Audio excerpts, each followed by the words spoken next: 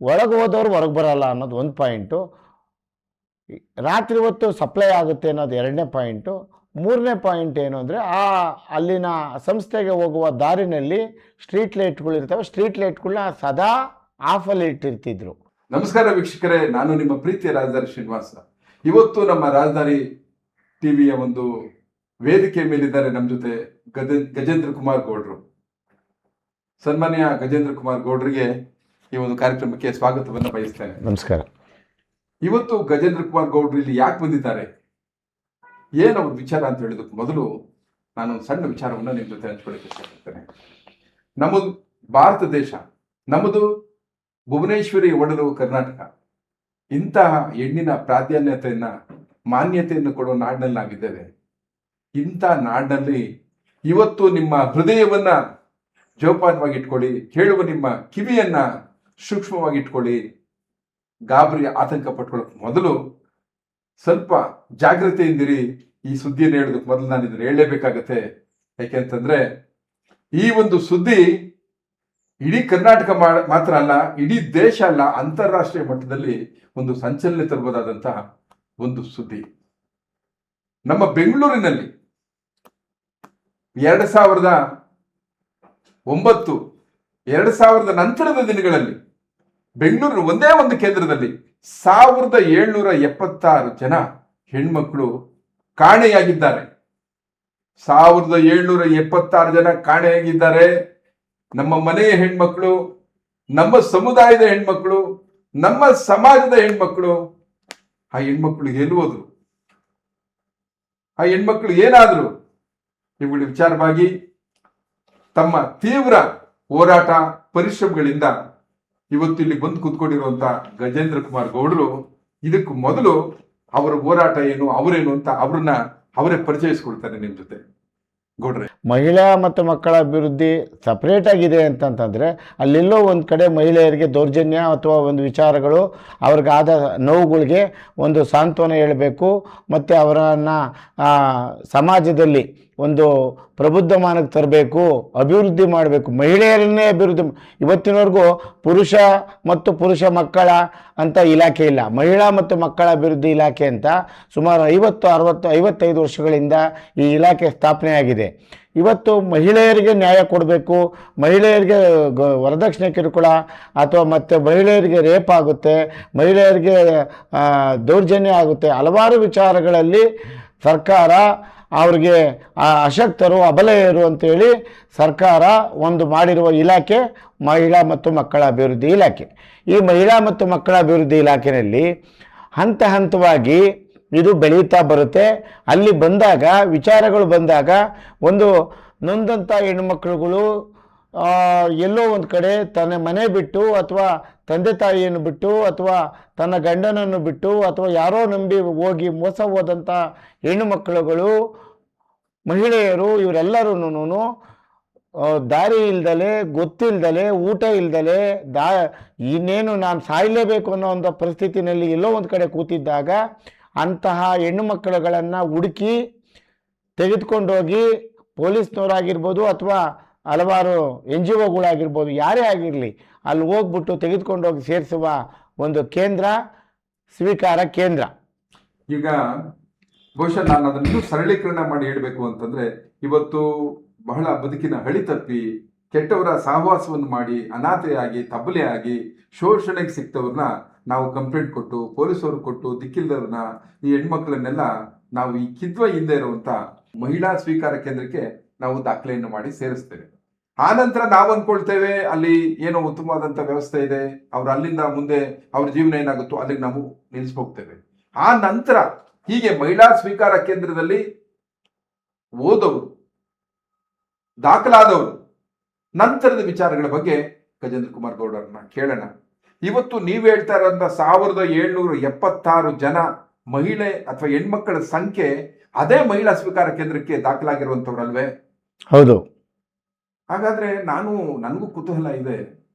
ದಾಖಲಾದಂಥವ್ರು, ಆ ಸಂಸ್ಥೆಯ ಒಳಗಡೆ ಹೋದಂಥವ್ರು, ನಂತರದ ಅವರು ಎಲ್ಲಿ ಹೋದ್ರು ಏನು ಅಂತ ನನಗೆ ಅರ್ಥ ಆಗ್ತಿಲ್ಲ. ನಿಮ್ಗೇನಾದ್ರೂ ಈ ಒಂದು ಹೋರಾಟದಲ್ಲಿ ನಿಮ್ಗೇನಾದ್ರೂ ಅರ್ಥ ಆಗಿದೆಯಾ ಕೊಡ್ರೆ?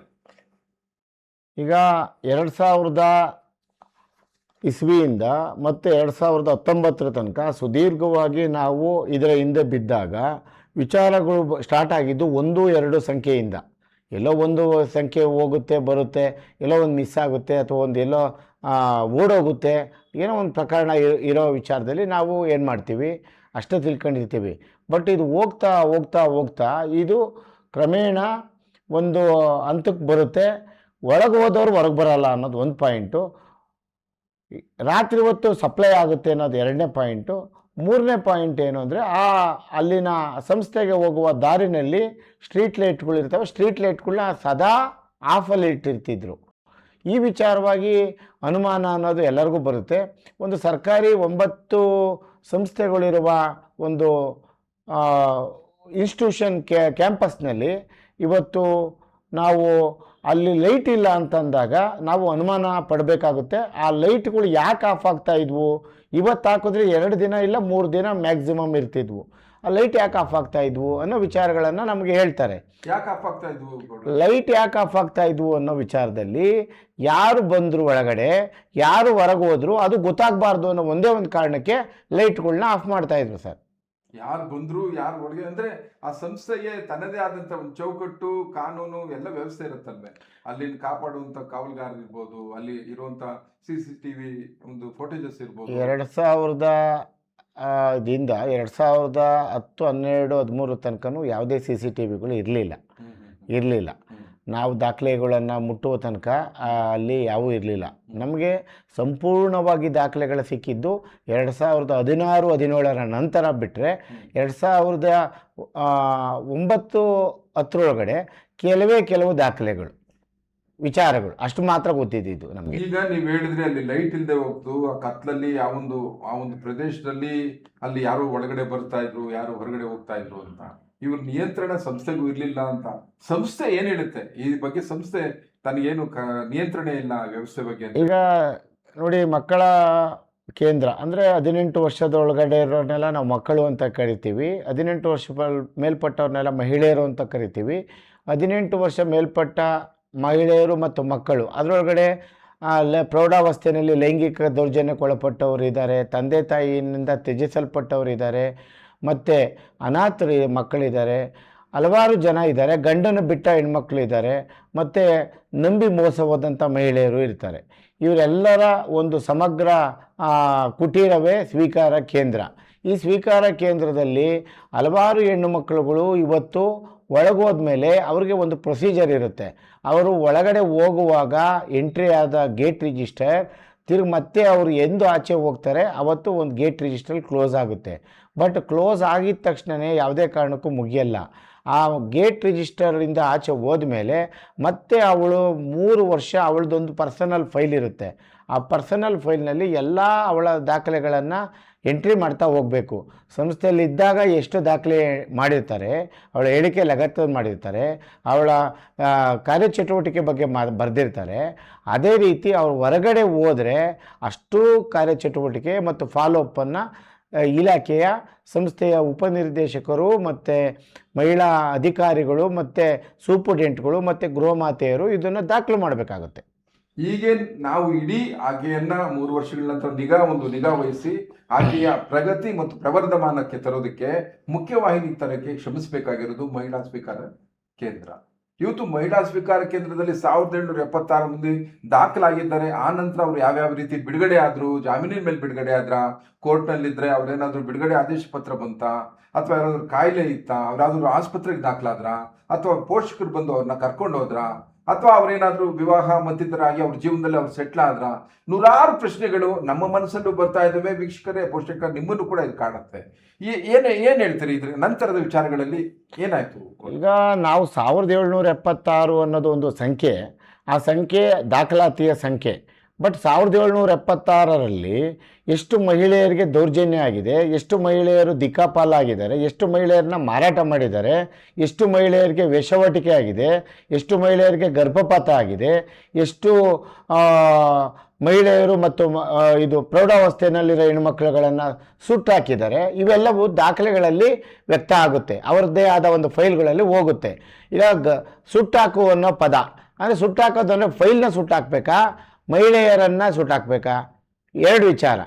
ಮಹಿಳೆಯು ಸುಟ್ಟಾಕಿದ್ರೂ ಫೈಲ್ ಇರಬೇಕು, ಮಹಿಳೆ ಗರ್ಭಪಾತ ಮಾಡಿಸಿದ್ರು ಫೈಲ್ ಇರಬೇಕು, ಮಹಿಳೆಯರಿಗೆ ಮನೆ ಕೆಲಸಕ್ಕೆ ಕಳಿಸಿದ್ದೀವಿ ಅಂತ ಹೇಳ್ತಾ ಇದ್ದಾರೆ ಅದಕ್ಕೂ ಒಂದು ಫೈಲ್ ಇರಬೇಕು, ಮಹಿಳೆ ಓಡೋದ್ರೆ ಅದಕ್ಕೂ ಒಂದು ಫೈಲ್ ಇರಬೇಕು, ಪ್ರತಿ ಒಂದಕ್ಕೂ ಫೈಲ್ ಇರಬೇಕು, ಮಹಿಳೆ ವರ್ಗಾವಣೆ ಆದರೂ ಒಂದು ಫೈಲ್ ಇರಬೇಕು.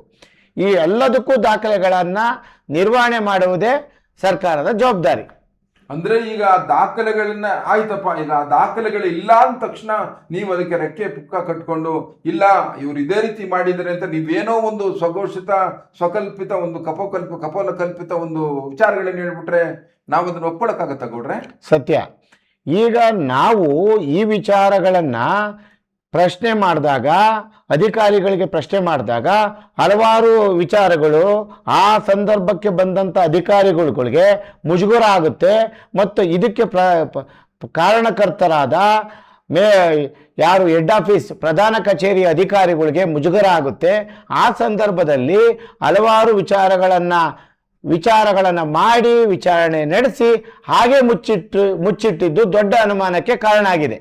ಅಂದ್ರೆ ಅದನ್ನ ನಿಮ್ಮ ಮುಂದೆ ತೆರೆದಿಡುವಂಥದ್ದಾಗ್ಲಿ, ಸಾರ್ವಜನಿಕರಿಗೆ ಅದನ್ನ ಪಾರದರ್ಶಕವಾಗಿ ಹೇಳದೇ ಆಗ್ಲಿ, ಏನಾಯ್ತು ಅಂತ ಅದನ್ನು ವ್ಯವಸ್ಥಿತವಾಗಿ ತೋರಿಸೋದ್ರಲ್ಲಿ ಅವರು ವೈಫಲ್ಯ ಅನುಭವಿಸಿದ್ರು. ಯಾಕೆ ಅವ್ರಂಗ್ ಮಾಡಿದ್ರು ಅಂದ್ರೆ ಅವ್ರ ದಾಖಲೆನೇ ಇರ್ಲಿಲ್ವ ಹಾಗಾದ್ರೆ? ಖಂಡಿತ. ಈಗ ನಾವು ಪ್ರಶ್ನೆ ಮಾಡ್ತಾ ಇರೋದೇನು, ಒಳ ಹೋಗಿರುವುದಕ್ಕೆ ದಾಖಲೆ ಇದೆ, ಸರ್ಕಾರದ ಬಡ್ಜೆಟ್ ಖರ್ಚಾಗಿದೆ, ಸರ್ಕಾರದ ಊಟ ತಿಂಡಿ ಬಟ್ಟೆ ಹಾಲು ಕಾಫಿ ಎಲ್ಲ ಎಣ್ಣೆ ಪೌಡರು ಸ್ನೋ ಎಲ್ಲನೂ ಸರ್ಕಾರ ವ್ಯಯಿಸಿದೆ. ಅಷ್ಟು ಹೆಣ್ಮಕ್ಳುಗಳಿಗೆ ಕೊಟ್ಟಿದ್ದಾದಮೇಲೆ ಅದು ಬಡ್ಜೆಟ್ ಹೋಗಿದೆ ಅಂದಮೇಲೆ ಆ ಬಡ್ಜೆಟ್ಗೆ ಒಂದು ಫೈಲ್ ಇರುತ್ತೆ. ಆ ಫೈಲ್ ಪ್ರಕಾರವಾಗಿ ಮಹಿಳೆಯರಿಗೆ ಖರ್ಚಾದ್ಮೇಲೆ ಅವು ಹೆಣ್ಮಕ್ಳುಗಳು ಯಾವತ್ತು ಆಚೆಗೋದ್ರೂ ಅವತ್ತು ಬಡ್ಜೆಟ್ ಕ್ಲೋಸ್ ಆಗುತ್ತೆ. ಒಂದು ಹೆಣ್ಮಗುಗೆ ಒಂದು ಬಡ್ಜೆಟ್ ಇರುತ್ತೆ, ಆ ಬಡ್ಜೆಟ್ ಕ್ಲೋಸ್ ಆಗಬೇಕಲ್ವಾ? ಆ ಬಡ್ಜೆಟ್ ಕ್ಲೋಸ್ ಆಗೋಕ್ಕೆ ದಟ್ ಫೈಲ್ ಈಸ್ ಇಂಪಾರ್ಟೆಂಟ್. ಹೌದು, ಒಂದು ಅಂದಾಜು ವೆಚ್ಚದಲ್ಲಿ ನಾವು ಇಡೀ ಸಂಸ್ಥೆ ನಿರ್ವಹಿಸಬೇಕಾಗತ್ತೆ. ಒಬ್ಬೊಬ್ಬ ವ್ಯಕ್ತಿಗೆ ಇಷ್ಟಿಷ್ಟು ಖರ್ಚು ಅಂತ ಹೇಳಿ ಕೂಡ ನಾವು ಆಯವ್ಯಯವನ್ನ ನಾವು ಸಲ್ಲಿಸಬೇಕಾಗತ್ತೆ ಇಲಾಖೆಗಳ ಮೂಲಕ. ಹಂಗೆ ಆಯವ್ಯಯವನ್ನು ಸಲ್ಲಿಸಿರುವಂತ ಆ ಒಂದು ವರದಿಗಳು ದಾಖಲಾತಿಗಳು ಹೇಳ್ತವೆ ಅವರಲ್ಲಿ ಇದ್ರು, ಅವರು ಅದನ್ನು ಅನುಭವಿಸಿದ್ರು, ಅವ್ರಿಗೆ ಇಷ್ಟು ಖರ್ಚು ಮಾಡಿದೀವಿ ಅಂತ. ನೀವು ಖರ್ಚು ಮಾಡಿದಂತ ಆ ವ್ಯಕ್ತಿ ಆ ಆಸಾಮಿಗಳು ಇವತ್ತು ಕಣ್ಮರೆಯಾಗಿದ್ದಾರೆ, ಆ ವ್ಯಕ್ತಿಗಳಿತ್ತು ಇವತ್ತು ನಾಪತ್ತೆ ಆಗಿದ್ದಾರೆ ಅಂದ್ರೆ ದಾಖಲೆಗಳಿಲ್ಲ. ಯಾಕೆ ನಿಮ್ಮ ಪ್ರೋಟೋಕಾಲ್ನಲ್ಲಿ ಆ ದಾಖಲೆಗಳನ್ನ ಸಂಗ್ರಹಿಸಿಡ್ಬೇಕು ಅಂತಾಗ್ಲಿ, ಆ ದಾಖಲೆಗಳನ್ನ ಅದೇ ರೀತಿ ಗಂಭೀರತೆಯನ್ನ ಕಾಪಾಡಬೇಕು ಅಂತಾಗ್ಲಿ ಅಧಿಕಾರಿಗಳಿಗೆ ಅರ್ಥ ಆಗ್ಲಿಲ್ವಾ? ಅಥವಾ ಅಷ್ಟು ಮೈಗಳ್ತನ ಬಂತ ಅಥವಾ ನಿರ್ಲಕ್ಷ್ಯನ? ಏನಿರ್ಬೋದು ಈ ದಾಖಲೆಗಳು ಇಲ್ಲದೆ ಇರೋದಕ್ಕೆ? ಇದು ನಿರ್ಲಕ್ಷ್ಯ ಅನ್ನೋದಕ್ಕಿನ್ನ ಜಾರುತನ ಅಂತ ಹೇಳ್ತೀವಿ. ಅಂದರೆ ನನಗೆ ಯಾಕೆ ಅನ್ನೋ ಒಂದು ವಿಚಾರ, ನಾನು ಆ ಸಂದರ್ಭದಲ್ಲಿ ನಾನಿರಲಿಲ್ಲ ಅನ್ನೋ ಒಂದು ವಿಚಾರಗಳು ಆಯಾ ಸಂದರ್ಭಕ್ಕೆ ಬಂದಾಗೆಲ್ಲ ಅದೇ ಥರ ವಿಚಾರಗಳು ನಡೆಯುತ್ತೆ. ಬಟ್ ಪ್ರಕರಣ ಇಷ್ಟು ತೀವ್ರತೆ ಇರೋದ್ರಿಂದ ಇದರೊಳಗಡೆ ನೇರವಾಗಿ ಅಧಿಕಾರಿ ವೃಂದನೇ ಭಾಗಿಯಾಗಿರೋದ್ರಿಂದ ಈಗ ಯಾರನ್ನ ತಲೆದಂಡ ಮಾಡಬೇಕು ಅನ್ನೋ ಒಂದು ಪ್ರಶ್ನೆ ಬರುತ್ತೆ. ಒಂದು ಹೆಣ್ಣುಮಗು ಮಿಸ್ ಆದ್ರೂ ಒಬ್ಬ ಇಡೀ ವ್ಯವಸ್ಥೆಗೆ ತಲೆ ತಗ್ಸುವಂಥ ವಿಚಾರ, ಇದು ದೊಡ್ಡ ವಿಚಾರ. ನಾನೇನು ಹೇಳ್ತಾ ಇದ್ದೀನಿ, ಒಂದು ಹೆಣ್ಣುಮಗು, ನಾನು ಸಿಂಪಲ್ ಆಗಿ ಹೇಳ್ತೀನಿ, ಒಂದು ಹೆಣ್ಮಗುನ ಗರ್ಭಪಾತ ತಗೊಂಡೋಗಿ ಕರ್ಕೊಂಡೋಗ್ತಾರೆ. ಗರ್ಭಪಾತ ಮಾಡಿಸೋದಕ್ಕೆ ಇಲಾಖೆ ಪರ್ಮಿಷನ್ ಯಾಕೆ ಕೊಡ್ತತೆ? ಅದೇ ಪ್ರಧಾನ ಕಚೇರಿ ಪರ್ಮಿಷನ್ ಯಾಕೆ ಕೊಡುತ್ತೆ? ಅದೇ ನಿರ್ದೇಶಕರು ಯಾಕೆ ಕೊಡ್ತಾರೆ? ಗರ್ಭಪಾತ ಮಾಡಿಸಂಗೇ ಇಲ್ಲ. ಒಂದು ನಿಮಿಷ ಇಲ್ಲಿ ನೋಡಿ, ಇದು ಬಹಳ ಗಂಭೀರವಾದಂತ ಪ್ರಶ್ನೆ. ನಾವು ಬಹಳ ಬೆಳಗಾವಿಯ ಒಂದು ಹೆಣ್ಮಗಳು ಬೇರೆ ವಿದೇಶದ ಇವತ್ತು ಆ ದೇಶವನ್ನ ನಾನು ಹೇಳಲಿಕ್ಕಾಗಲ್ಲ. ಆ ದೇಶದಲ್ಲಿ ಗರ್ಭಪಾತವನ್ನ ಮಾಡ್ಸಕ್ಕೆ ಕಾನೂನಿಲ್ಲ ಅಂತೇಳಿ ಆಕೆ ತುಂಬಾ ತೊಂದರೆ ಆಗಿ ತೀರೋದು. ಬೆಳಗಾವಿಯ ಮೂಲದ ಕರ್ನಾಟಕದ ಹೆಣ್ಮಗಳು. ಗರ್ಭಪಾತ ಅನ್ನೋದು ಇವತ್ತು ಕೂಡ ಕಾನೂನು, ಸುಪ್ರೀಂ ಕೋರ್ಟ್ ಆರ್ಡರ್ ಇದೆ, ಯಾವ ಮಾಸದವರೆಗೂ ಮಾಡ್ಬೋದು. ಅದಕ್ಕೆ ತಾಯಿ ಅಪೇಕ್ಷೆ, ಅದ್ರ ತಾಯಿಯ ಒಂದು ಆದೇಶ ಇದೆಯಾ, ಮನಸ್ಸು ಆಕೆಗೆ ಒಪ್ಪಿಗೆ ಇದೆಯಾ, ಅದು ಮಗುವಿನ ತಂದೆಯ ಒಪ್ಪಿಗೆ ಇದೆಯಾ, ಕುಟುಂಬದ ಒಪ್ಪಿಗೆ ಇದೆಯಾ ಅನ್ನೋದು ಕೂಡ ತುಂಬಾ ಮುಖ್ಯ ಆಗುತ್ತೆ. ಯಾರು ಅಧಿಕಾರಿಗಳು ಆಕೆ ಗರ್ಭಿಣಿಯನ್ನು ಗರ್ಭಪಾತ ಮಾಡಿಸಿದ್ದಾರೆ ಅಂದ್ರೆ ಇದಕ್ಕೇನು ಅರ್ಥ? ಈಗ ತಂದೆ ತಾಯಿ ಇಲ್ಲ ಅನ್ನುವ ಮಕ್ಕಳು ಇಲ್ಲಿ ಬಂದಾಗ ಇಲ್ಲಿ ಗರ್ಭಪಾತ ಹೆಂಗಾದ್ರು, ಗರ್ಭಕ್ಕೆ ಹೆಂಗೆ ಅವಕಾಶ ಆಯ್ತು? ಗರ್ಭಧಾರಣೆ ಆದ್ರೂ ಹೇಗಾಯ್ತು ಅಲ್ವಾ? ಗರ್ಭಪಾತಕ್ಕೆ ಅವಕಾಶ ಮಾಡಿಕೊಟ್ಟವ್ರು ಯಾರು? ಇಲಾಖೆ. ಇವತ್ತು ಇಲಾಖೆ ಗರ್ಭಪಾತ ಮಾಡೋದಕ್ಕೆ ಏನ್ ಕಾರಣ? ಆಕೆ ಊಟ ಕೊಡಕ್ ಆಗ್ತಿರ್ಲಿಲ್ವಾ? ತಿಂಡಿ ಕೊಡಕ್ ಆಗ್ತಿರ್ಲಿಲ್ವಾ? ಅವಳ ಮಗುನ ರಕ್ಷಣೆ ಮಾಡಕ್ ಆಗ್ತಿರ್ಲಿಲ್ವಾ? ಅವಳ ಮಗು ಬೇಡ ಅಂತಂದ್ರೆ ಮಗುಗೆ ಸರ್ಕಾರದ ಇನ್ನೂ ಒಂದು ಸಂಸ್ಥೆ ಇದೆ 0 to 6. ಈ ಮಗು ಬೇಡ ಅಂತಂದ್ರೆ ಆ ಮಗುನ ಪಾಲನೆ ಮಾಡೋದಕ್ಕೆ ಸರ್ಕಾರದ್ದೇ ಕೇಂದ್ರ ಇದೆ, ಸರ್ಕಾರದ ಪಕ್ಕದಲ್ಲೇ ಕೇಂದ್ರ ಇದೆ. ಆ ಕೇಂದ್ರ ಇದ್ದಾಗಲೂ ಸಮೇತ ಇವರು ಯಾಕೆ ನೋಡಿ, ಅವಳಿಗೆ ಇಷ್ಟ ಇಲ್ಲ ಅನ್ನೋ ಪದ ನೀವು ಹೇಳ್ತಾ ಇದ್ದೀರಾ. ಅವಳಿಗೆ ಇಷ್ಟ ಇಲ್ಲ ಪದ ಅವಳಿಗಿಲ್ಲ, ಆದ್ರೆ ನಿಮ್ಗೆ ಇಲ್ವಾ? ನಿಮಗೆ ಜವಾಬ್ದಾರಿ ಇಲ್ವಾ? ನೀವ್ ಹೆಂಗೆ ಗರ್ಭಪಾತ ಮಾಡಿಸಿದ್ರಿ? ನೀವ್ ಹೆಂಗೆ ಅನುಮತಿ ಕೊಟ್ರಿ? ಅದ್ರ ಅರ್ಥ ನೀವು ಹೇಳ್ಬೇಕು. ಸಂಸ್ಥೆಗೆ ಬಂದಾಗ ಆಕೆ ಗರ್ಭವತಿಯ, ಆಕೆ ಋತುಮತಿಯ, ಆಕೆ ಕನ್ಯಾ ವ್ಯವಸ್ಥೆಲಿದ್ದಾಳ? ಸಂಸ್ಥೆಗೆ ಬಂದ್ಮೇಲೆ ಅವಳು ಗರ್ಭಧಾರಣೆ ಆದ್ಲ, ಗರ್ಭವತಿ ಆದ್ಲ, ಆ ನಂತರ ಅವಳಿಗೆ ಗರ್ಭಪಾತವಾಯ್ತಾ? ಇವೆಲ್ಲ ಸೂಕ್ಷ್ಮ ವಿಷಯಗಳು, ತುಂಬಾ ಘನಘೋರವಾದ್ದು, ಮಹಿಳೆಯ ತೀರಾ ಆಂತರಿಕ ವಿಷಯ. ಆದ್ರೆ ಈ ಸಂಸ್ಥೆಯ ಒಳಗೆ ಇವುಗಳನ್ನ ನಾವು ಹೆಂಗೆ ನಿರೀಕ್ಷೆ ಮಾಡೋಕ್ಕಾಗುತ್ತೆ? ಯಾವ ಕಾಮುಕತನದಿಂದ, ಯಾವ ಕಪಟಿಗಳ ಒಂದು ತೊಂದರೆಯಿಂದ, ಯಾವ ಕಾಮಾಟಿಕರ ತೊಂದರೆಯಿಂದ ಅವ್ರನ್ನ ದೂರವಾಗಿ ಸುರಕ್ಷತೆಯಾಗಿ ಇಡಬೇಕು ಅನ್ನೋ ಸಂಸ್ಥೆಗೆ ನಾವು ಸೇರಿಸ್ತೀವಿ. ಆ ಮಹಿಳಾ ಸ್ವೀಕಾರ ಕೇಂದ್ರ ಇವತ್ತು ಎಂಥ ಕೇಂದ್ರವಾಗಿದೆ ಅಂತ ನಿಮ್ಮ ಬಾಯಲ್ಲಿ ಕೇಳ್ತಾ ಇದ್ರೆ ನನಗೆ ಅಸಹ್ಯ ಬರುತ್ತೆ. ಇಂಥ ಕೆಟ್ಟ ಕೆಟ್ಟ ಚಟುವಟಿಕೆಗಳಲ್ಲಿ ನಡೆಯುತ್ತೆ ಅಂತ ಹೇಳ್ತಾರೆ ಗೌಡ್ರೆ. ಖಂಡಿತ. ಈಗ ನೋಡಿ, ಯಾವುದೇ ಒಂದು ಮಹಿಳೆ ಅವಳು ಆಸರೆಗೆ ಬರ್ತಾಳೆ, ಅವಳಿಗೆ ಗೊತ್ತಿಲ್ಲದಲೇ ತಪ್ಪಾಗಿರ್ಬೋದು. ಗೊತ್ತಿಲ್ಲದಲೇ ತಪ್ಪಾಗಿದ್ರೆ ಅವಳಿಗೆ ಸಾಂತ್ವನ ಮಾಡಿ, ಅವಳಿಗೆ ರಿಹ್ಯಾಬಿಟೇಷನ್ ಮಾಡಿ, ಅವಳು ಪುನರಾವಸ್ಥೆ ಅಂದರೆ ಅವಳಿಗೆ ಪುನರ್ಜೀವನ ಕಲ್ಪಿಸುವುದೇ ಈ ವ್ಯವಸ್ಥೆ, ಇಲಾಖೆಯ ಉದ್ದೇಶ. ಇಲ್ಲಿ ಅದಕ್ಕೋಸ್ಕರ ಕೋಟ್ಯಾಂತರ ರೂಪಾಯಿ ಹಣವನ್ನು ವ್ಯಯ ಮಾಡ್ತಾ ಇರುವ ಇಲಾಖೆ ಕೇವಲ ಒಂದು ಮಗುನ ಸಾಕಕ್ಕಾಗಲ್ವಾ? ಒಂದು ಗರ್ಭಪಾತ ಮಾಡಿಸೋದಕ್ಕೆ ಅನುಮತಿ ಆದರೂ ಯಾಕೆ ಕೊಟ್ಟರು? ಹಾಗೇನೆ ಇವತ್ತು ನೀವು ಹೇಳ್ತಿದ್ರಿ ಮನೆ ಕೆಲಸಕ್ಕೆಲ್ಲ ಅಧಿಕಾರಿಗಳ ಮನೆ, ಆಗ ಪೊಲೀಸ್ ಇಲಾಖೆಯಲ್ಲಿ ಆರ್ಡರ್ಲಿ ಅಂತ ಒಂದು ಕಾನೂನು, ಬ್ರಿಟಿಷ್ ಕಾಲದ ಕಾನೂನು ಇತ್ತು. ನಾವು ಪತ್ರಿಕಾ ಧರ್ಮದಲ್ಲಿದ್ದಾಗ ಅದನ್ನ ವಿರೋಧಿಸಿ ಬಹಳ ಬರೆದಿದ್ದೀವಿ. ಬಹಳ ಬರೆದ ನಂತರ ಜಿ ಪರಮೇಶ್ವರ್ ಅವರಿಗೆ ಸತತವಾಗಿ ಹೇಳಿ ಆದ್ಮೇಲೆ ಕಡೆಗೆ ಆರ್ಡರ್ಲಿ ಪ್ರಭಾವ ಕಮ್ಮಿ ಆಗಿ ಅದನ್ನ ಬಹುಶಃ ತೆಗೆದಾಕ್ಬಿಟ್ಟಿದ್ದಾರೆ. ಅದೇ ರೀತಿ ಇವತ್ತು ಈ ಒಂದು ಸಂಸ್ಥೆಯಲ್ಲಿರುವಂತಹ ಅಧಿಕಾರಿಗಳು ಮನೆ ಕೆಲಸಕ್ಕೆ ಈ ಹೆಣ್ಮಕ್ಳನ್ನ ಕರ್ಕೊಂಡು ಹೋಗ್ತಾರೆ ಅನ್ನೋದಕ್ಕೂ ಕೂಡ ಅವಕಾಶ ಇತ್ತು ಅಂತಂದ್ರೆ.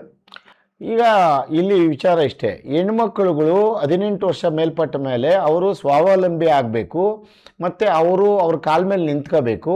ಆ ನಿಂತ್ಕೊಳ್ಳೋದಕ್ಕೆ ಸಹಕಾರ ಕೊಡುವ ತಂದೆ ತಾಯಿ ಅಥವಾ ಅಣ್ಣ ತಮ್ಮ ಅಥವಾ ಸ್ನೇಹಿತರುಗಳು ಇರಬೇಕಾಗಿತ್ತು. ಅವ್ರು ಯಾರೂ ಇಲ್ಲದ ಸಂದರ್ಭದಲ್ಲಿ ಸರ್ಕಾರ ಅದರ ಜವಾಬ್ದಾರಿಯನ್ನು ಒತ್ತಿತ್ತು. ಆ ಒತ್ತಿರುವ ಜವಾಬ್ದಾರಿಯನ್ನು ಸದುಪಯೋಗ ಪಡಿಸ್ಕೋಬೇಕಾಗಿದ್ದಂಥ ಸಂದರ್ಭದಲ್ಲಿ ಇವರು ದುರುಪಯೋಗ ಮಾಡ್ಕೊಂಡಿದ್ದು ಅಕ್ಷಮ್ಯ ಅಪರಾಧ. ಯಾವ ಹೆಣ್ಣುಮಕ್ಕಳಿಗೆ ಪುನರ್ಜೀವನ ಕಲ್ಪಿಸಬೇಕಾಗಿದ್ದಂತಹ ಸಂಸ್ಥೆ ಇವತ್ತು ಅವರನ್ನು ವೇಶ್ಯಾವಾಟಿಕೆಗೆ ತಳ್ಳಿದ್ದು, ಆ ವೇಶ್ಯಾವಾಟಿಕೆಯಿಂದ ಬಂದ ಹಣವನ್ನು ಎಲ್ಲರೂ ಕ್ರೋಢೀಕರಣ ಮಾಡ್ಕೊಂಡಿದ್ದು, ಮತ್ತು ಆ ಹೆಣ್ಣುಮಕ್ಕಳುಗಳನ್ನು ನಾಪತ್ತೆ ಮಾಡಿಸಿದ್ದು. ಇವತ್ತು ಆ ಹೆಣ್ಣುಮಕ್ಕಳುಗಳು ವೇಶ್ಯಾವಾಟಿಕೆ ನಡೆಯೋ ಸಂದರ್ಭದಲ್ಲಿ ಸತ್ತು ಹೋದಾಗ ಅವರನ್ನು ಬೆಂಗಳೂರು ವಿಲ್ಸನ್ ಗಾರ್ಡನ್ಗೆ ಕರೆಂಟ್ಗೆ ಕೊಟ್ಟು ಸಾಯಿಸಿದ್ದು, ಅಲ್ಲ ಪುಡಿ ಮಾಡಿದ್ದು, ಇವೆಲ್ಲ ಗೊಂದಲನೇ. ಇವತ್ತು ಏನು ಗಜೇಂದ್ರ ಕುಮಾರ್ ಗೌಡ್ರು ನಮ್ಮ ವೇದಿಕೆ ಮೇಲೆ ಹಂಚ್ಕೊಳ್ತಾ ಇರುವಂತ ವಿಚಾರಗಳನ್ನ ತೀರಾ ಗಂಭೀರವತ್ತು. ಇದು ನರಮೇಧ ಇವ್ರು ಹೇಳ್ತಾ ಇರೋದು. ಇವರು ಹೇಳ್ತಾ ಇರುವಂತ ವಿಚಾರಗಳು ನನಗೆ ಇದು ವಾಸ್ತವತೆಯೋ ಕಲ್ಪನೆಯೋ ವ್ಯವಸ್ಥಿತವೋ ನನಗೆ ಅರ್ಥ ಆಗ್ತಾ ಇಲ್ಲ. ಯಾಕೆಂತಂದ್ರೆ ಇಲ್ಲಿ ಅತ್ಯಾಚಾರಗಳು ನಡೆಯುತ್ತೆ, ಲೈಂಗಿಕ ದೌರ್ಜನ್ಯಗಳು ನಡೆಯುತ್ತೆ, ಅವಮಾನಗಳು ನಡೆಯುತ್ತೆ, ಹಾಗೇನೆ ಹತ್ಯಾಕಾಂಡವೂ ಹೌದು. ಇವೆಲ್ಲ ಬೆಂಗಳೂರಿನಲ್ಲಿ, ಕರ್ನಾಟಕದಲ್ಲಿ ಅಂತಂದ್ರೆ ಕರ್ನಾಟಕದಲ್ಲಿ ಇಂಥ ವಿಚಾರಗಳಿಗೆ ಸುದ್ದಿ ಆಗ್ಬೇಕಾ? ಕರ್ನಾಟಕದಲ್ಲಿ ಇಂಥ ವಿಚಾರಗಳಿಗೆ ನಾವು ಮಣೆ ಹಾಕಿದೀವಲ್ಲ, ಇದಕ್ಕೆಲ್ಲ ಯಾರು ನೇರವಾಗಿ ಹೊಣೆಗಾರರು? ಅಧಿಕಾರಿಗಳು ಹೊಣೆಗಾರನ? ವ್ಯವಸ್ಥೆ ಹೊಣೆಗಾರನ? ಸರ್ಕಾರ ಕಣ್ಮುಚ್ಕೊಂಡು ಕುಳಿತುಕೊಂಡಿದೆಯಾ ಅವತ್ತು? ಇದ್ರ ಬಗ್ಗೆ ಇನ್ನೂ ಮುಂದಷ್ಟು ಮಾತಾಡೋಣ. ಖಂಡಿತ ಹೌದು. ಇದು ಕೇವಲ ಗಜೇಂದ್ರ ಕುಮಾರ್ ಗೌಡ್ರ ಒಂದು ಧ್ವನಿ ಅಲ್ಲ, ಇದು 1776 ಸಂಖ್ಯೆಯ ಹೆಣ್ಮಕ್ಕಳಷ್ಟೇ ಧ್ವನಿ ಅಲ್ಲ. ಅವ್ರ ಹಿಂದೆ ಇರುವಂತ ಈ ಸಮಾಜದಲ್ಲಿರುವಂತ ನಮ್ಮೆಲ್ಲರ ಒಂದೇ ಒಕ್ಕರಿನ ಕೂಗು ಏನು ಅಂತಂದ್ರೆ ಈ ಒಂದು ವಿಚಾರವನ್ನ CBI ತನಿಖೆಗೆ ಒಳಪಡಿಸಬೇಕು. ಬನ್ನಿ ಸ್ನೇಹಿತರೆ, ಇನ್ನಷ್ಟು ವಿಚಾರಗಳ ಜೊತೆಗೆ ನಾವು ಮುಂದೆ ಹೋಗೋಣ. ಅಲ್ಲಿವರೆಗೂ ನೋಡ್ತಾ ಇರಿ ರಾಜಧಾನಿ ಟಿವಿ. ನಮಸ್ಕಾರ. ರಾಜಧಾನಿ ಟಿವಿ, ಅಡೆತಡೆ ಇಲ್ಲದ ಪ್ರಜಾದಾರಿ.